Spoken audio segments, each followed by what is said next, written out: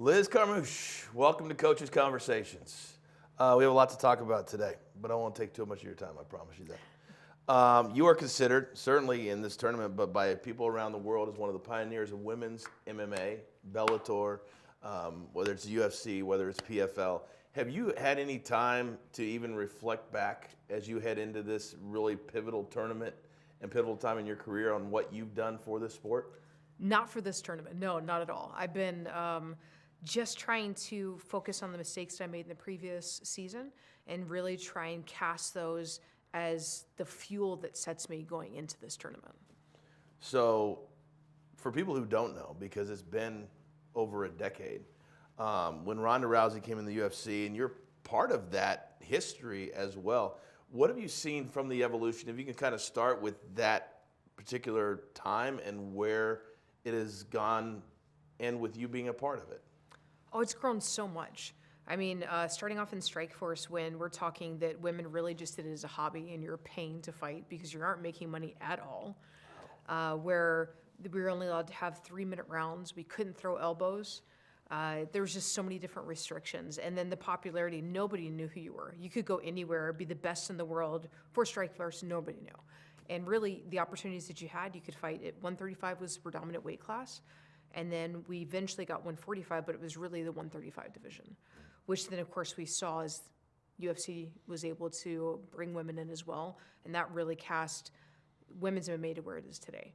And then just the inclusion of more and more weight classes where women are the ones that are headlining cards. Mm-hmm. They're the exciting one that everybody's tuning in for, where you can go into the gyms and it's not a surprise to see a woman training. You're like, oh yeah, watch out for her, she's badass. Yeah. You got to be really cautious of her. She'll probably mess you up and have the ambulance on standby.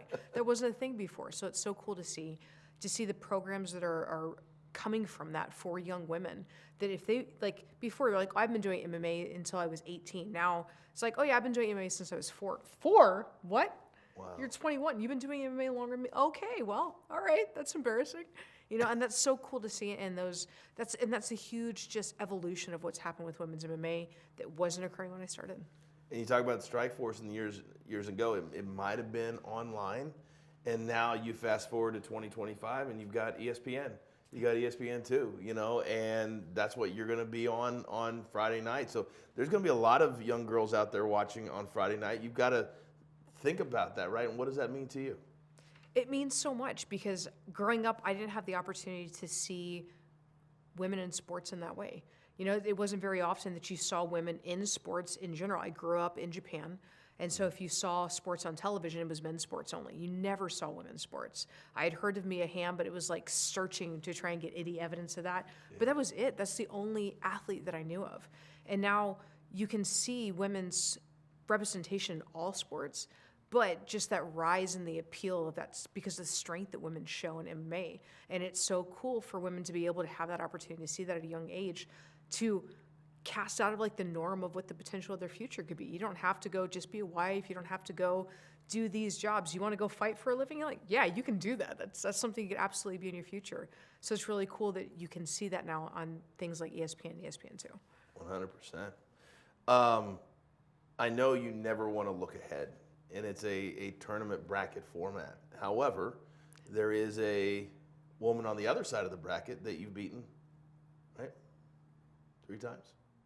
So is that a fight that you would want a 4th time? And is that even an advantage for you that you've been so successful against her previous to this tournament?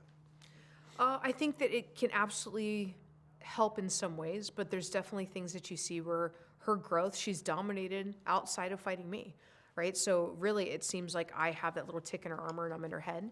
But at the same time, each fight has played out differently, so she's had evolution within there.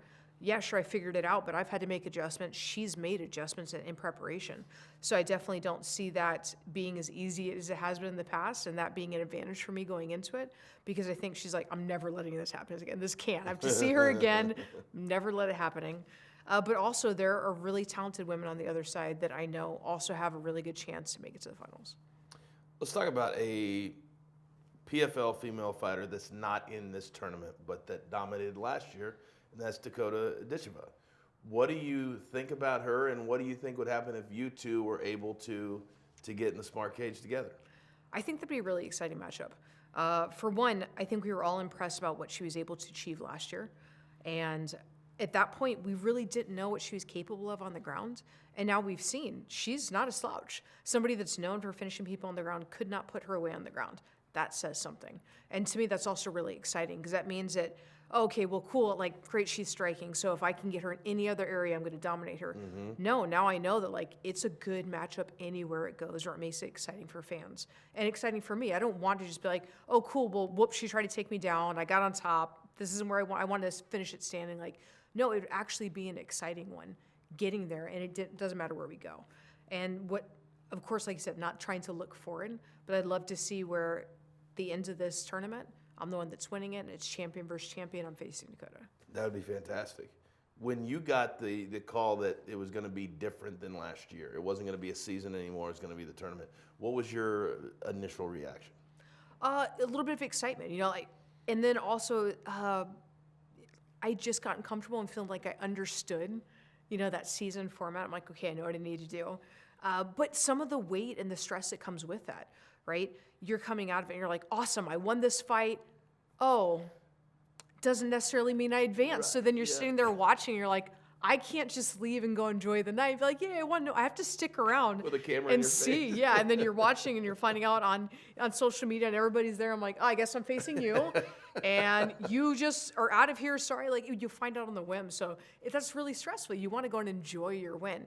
Here we have that opportunity where we know, like, you just have to win it. And while I don't want to come out and just win it, I don't want to go to decision. I don't want an easy, simple finish. I want an exciting finish. And that's what I've tried to do since I left the UFC. So no matter what my fight is I'm gunning for a finish.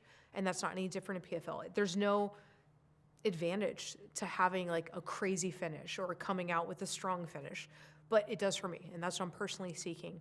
So stress, the pressure's still there, but it's nice to not have that point confusion and wondering what's going to happen at the end of the night. There was a lot of that. Yeah. There was a lot of that. Oh, 5-3, carry the one.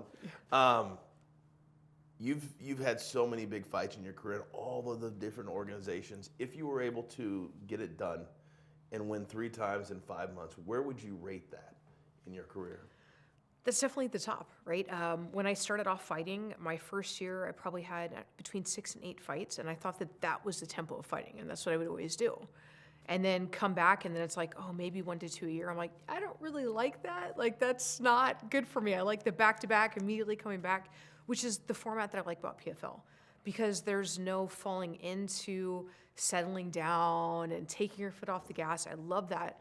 And then, so just to be able to continue that, and then to be able to achieve something at the end of it that's remarkable is even better. So last question, take me through in your mind how you see your fight Friday night going. I see my hand up in the air. I see it for the win. You know, I've played out and looked at everything that she has to offer, and I can see myself finishing her with a knockout. I mean, the body is clean and open, and I also see there's some really cool stuff that I want to do against the cage or on the ground. There's some really cool finishes that I haven't seen anybody else do. And so that opportunity presents itself. I'm definitely looking to showcase that so I can have that bucket list finish. Very good. Can't wait to see it. Thank you. Absolute pleasure. Thank you.